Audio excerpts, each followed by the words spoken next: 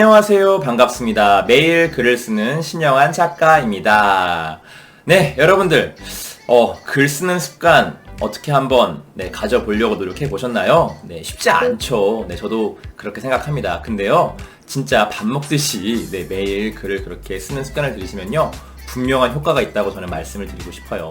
제가 산 증인 아니겠습니까, 여러분들? 자, 그리고 오늘은 제가 지난 시간 약속했던 것처럼 또 책 쓰기의 킬링 포인트 한 가지를 더 알려드릴까 합니다. 제가 지난 시간에도 분명히 그런 얘기를 했을 거예요. 제가 280페이지 분량의 책을 쓴 적이 있는데 출간에 실패했다. 정말 마음이 아팠어요. 그때 제가 책을 안 읽을 때여가지고 실패를 했는데, 어쨌든 결과적으로 제가 책을 이제 읽고 나서 어떻게 쓰는지를 알게 되었을 때는 바로 이게 중요한 포인트였습니다. 뭐냐면요, 내 얘기만 진짜 이렇게 그냥 주야장천 쓰면은 그거는 정말 책으로 나올 수가 없더라고요. 왜냐면 내가 말하고 싶은 메시지가 신뢰성이 떨어지기 때문이에요. 왜냐면 개인의 생각일 수 있으니까요. 근데 내 생각을 뒷받침해주는 무언가가 있으면은 이게 신뢰도가 높아지고 그리고 책으로 나올 수 있더라고요. 근데 너무 놀랍게도 제가 책 쓰기를 하면서 놀랐던 점이 뭐냐면은, 제가 운 좋게도 왜 스티브 잡스가 했던 말이 기억나는데, Connecting the dots라고 해서 모든 점은 연결된다는 말이 있어요. 우리의 과거의 경험은 언젠가 다 연결될 것이다. 이게 진짜 신기하게도 제가 외국에서 대학원을 다녔는데 그때 수십 개의 에세이, 아카데믹 에세이를 쓰면서 했던 게 뭐냐면, 제 주장, 제가 하고 싶은 말을 하는데 규칙이 뭐냐면, 항상 다른 논문이나 책에 있던 어떤 그런 신빙성 있는 자료를 가지고 제가 뒷받침을 하는, 인용을 하는 이 글쓰기를 심지어 영어로 수십 개의 글을 썼었거든요. 한 편당 작은 글도 아니었어요. 단어로 2000단어에서 3500단어까지 다양한 글을 썼는데, 이게 책 쓰기가 많이 비슷합니다. 제가 그때 했던 그 작업들이 저에게는 큰 도움이 되었어요. 이제 우리말로, 좀 더 쉽죠? 우리말로.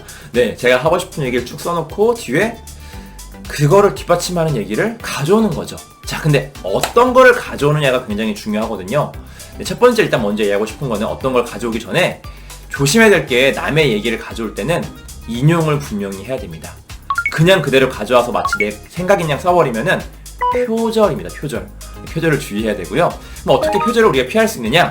인용하는 거는 큰 문제가 안 돼요.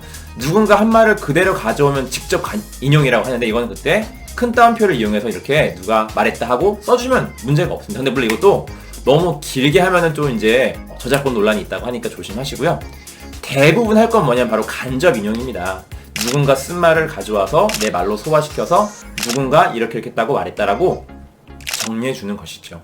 자, 근데 이게 이제 어디 있던 논문의 내용이거나 아니면 신문 기사라던가 잡지라던가 칼럼이라던가 이렇게 뭔가 누군가가 공식적으로 쓴 글이어야지만 인용을 하는 게 의미가 있습니다. 이 점 잊지 마시고요. 근데 또 우리가 너무 이렇게 하니까 딱딱해지죠? 그래서 쉽게 갈 수 있는 방법이 한 가지가 있는데, 영화에 나온 명대사를 활용해도 괜찮고요. 누군가가 한 명언도 괜찮고요. 우리가 알고 있는 속담, 격언 이런 것들도 충분히 가져다가 우리가 활용해도 됩니다.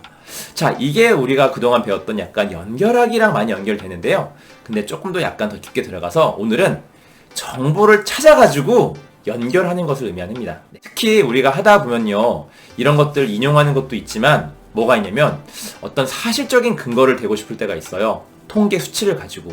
그럼 어떻게 합니까? 통계청이나 어떤 공식적인 기관에서 했던 설문조사를 기반으로 한 어떤 결과들, 이런 것들을 조사해가지고 가져오는 거죠. 예를 들어가지고 저 같은 경우는 독서와 관련된 예시를 든 적이 있었는데요. 다른 게 아니라 예시를 들 때 그 통계청에서 했던 발표 자료를 최신 거를 가져와야 합니다. 저는 예를 들어서 독서 실태 조사라는 걸 했는데, 우리나라 같은 경우는 2년마다 한 번씩 해요. 독서량을 조사하는 게. 근데 작년, 그러니까 2020년도에 책을 쓸 때는 2019년도에 조사했던 자료를 가지고 활용했고요. 작년에 했을 때는 2021년도에 발표가 됐기 때문에 2년마다 이게 업데이트를 하거든요. 그때 자료를 다시 또 가지고 업데이트 해가지고 수정을 해가지고 이렇게 글을 썼습니다. 자, 무슨 말인지 이해되시나요? 아까 말한 것처럼 인용도 가능하고, 정보를 찾아가지고 이렇게 수치 같은 걸 가져와서 통계 자료를 제시할 수도 있고, 이런 것들이 되어야지만 내 글이 신뢰도가 높아져서 책으로 이어질 수 있다는 것을 말씀드리는 겁니다. 자, 여러분들 모두 잘해야 될까요, 앞으로는? 정보를 찾는 능력, 이것도 기르셔야 되고, 대신 공식적이고 우리가 인정받을 수 있는 자료 가지고 우리의 글을 뒷받침할 수 있는 근거를 제시하는 글, 이걸 쓰는 게 책쓰기라는 것을 한 번 더 강조드리면서 오늘 영상은 마칠까 합니다. 자, 다음 시간은요, 여러분들 이제 거의 글쓰기의 마무리 단계가 되는데요. 네, 우리 진짜 이렇게 막 멋지게 쓰는 글도 중요하지만 더 중요한 거는 글의 흐름이 끊기지 않고 한 물줄기로 흘러야 된다는 거예요.